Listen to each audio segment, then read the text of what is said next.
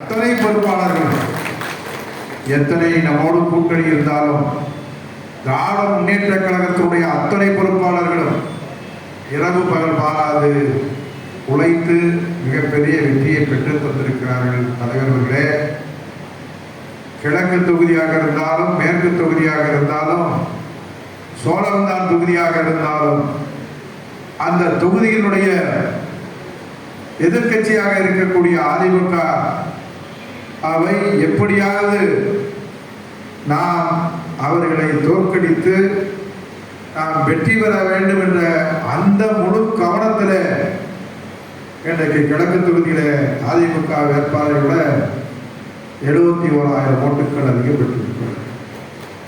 அதை போல மேற்கு தொகுதியில் நாம் 5,000 10,000 ஓட்டுகள் வரணும் கூடுதலாக வாங்கி ஜெயிப்போம்னு அவருடைய அத்துணை பொறுப்பாளர்கள் சொன்னாங்க.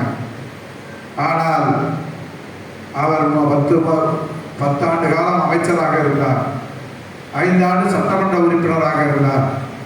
15 ஆண்டு காலம் இருந்ததை இன்றைக்கு நம்முடைய ஓராண்டு காலம் முதலமைச்சர் செய்து கொடுத்திருக்கக்கூடிய அந்த நலத்திட்டங்கள், அந்த பணிகள், நம்முடைய பொறுப்பாளர்கள் ஒரு இடைவிடாமல் ஆரம்பத்திலே 2-3 நாட்கள் அமைதியாக இருந்து, ஏனென்று சொன்னால் எல்லோருக்கும் உணர்வு இருக்கத்தான் செய்யும்.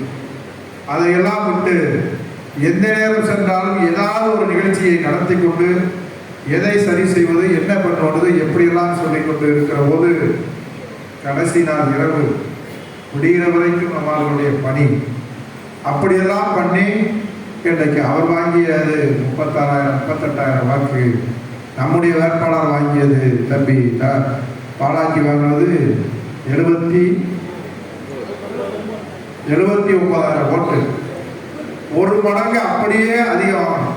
இதைத்தான் நம்முடைய அதே மாதிரி சோழவந்தான் தொகுதியை கேட்கிற போது ஒவ்வொரு நாளும் சோழவந்தானை எல்லோரிடத்திலும் கேட்பேன்.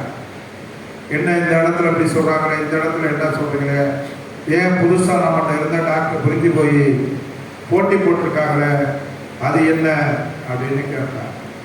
கேட்கிற போது அண்ணே இல்லை, நம்முடைய திறமலருடைய மனோகரனும் அவருடைய புதல்வனும் என்கிட்ட அண்ணே 2 பேர் வச்சு மட்டும் கொஞ்சம் பார்க்க சொல்லுவேன், அப்புறம் மீதியெல்லாம் ஒன்றும் ஓரளவுக்கு போதேன். அப்போ தம்பி வெங்கடேசனை கேட்டு, அண்ணே நான் அங்கே தானே தங்கியிருக்கேன், ஒன்றும் பிரச்சனை இல்லைண்ணே, நீங்கள் ஒன்றும் கவலைப்படாதீங்கண்ணே, நீ எதை பற்றியும் கவலைப்படாத, எதுவாக இருந்தாலும் நீ ஜெயிக்கிறது மட்டும்தான் என்னுடைய எண்ணமாக இருக்குமே ஒழிய அதுக்காக நீ எதுக்காக கவலைப்படாத அண்ணே, ஒன்றும் இல்லைண்ணே 100% ஜெயிப்போம்னு அவனை நம்பாங்க. வேட்பாளர் என்னுடைய முகத்திற்காக ஏதோ திருப்திக்காக சொல்லுவோம் என்று சொல்லி அப்புறம் எம்ஆர்எம் கேட்பேன்.